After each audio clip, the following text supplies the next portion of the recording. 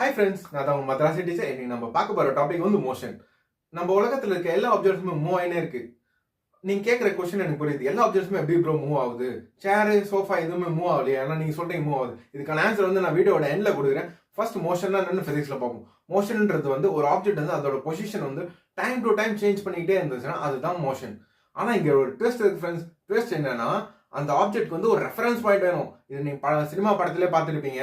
இது மாதிரி சொல்லுவாங்க, ட்ரெயின் வந்து இப்போதான் ஸ்டேஷன் விட்டு தாண்டி போகுதுன்னு. அப்போ ஸ்டேஷன் விட்டு தாண்டி போகுதுல, அப்போ ரெஃபரன்ஸ் பாயிண்ட் என்னது?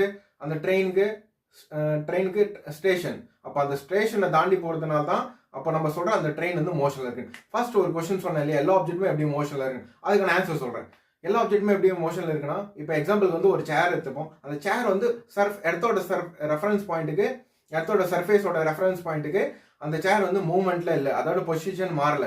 ஆனால் அந்த சேர் உள்ள போய் பார்த்தோம்னா மைக்ரோஸ்கோப்ல, அப்போ அந்த ஆட்டம்ஸ் இருக்கும். ஆட்டம்ஸ் உள்ள புரோட்டான் அண்ட் எலக்ட்ரான் இருக்கும். அந்த புரோட்டானை சுற்றி சுற்றி எலக்ட்ரான் ரிவால்வ் பண்ணினே இருக்கும். அப்போ அந்த எலக்ட்ரான் வந்து புரோட்டானோட ரெஃபரன்ஸ்ல வந்து சுத்திக்கினே இருக்கு. அப்போ அந்த சேரும் ஒரு விதத்துல மோஷன்ல தான் இருக்கு. உங்களுக்கு இந்த வீடியோ புரிஞ்சிருக்குன்னு நினைக்கிறேன் ஃப்ரெண்ட்ஸ். நெக்ஸ்ட் வீடியோவில் சந்திப்போம்.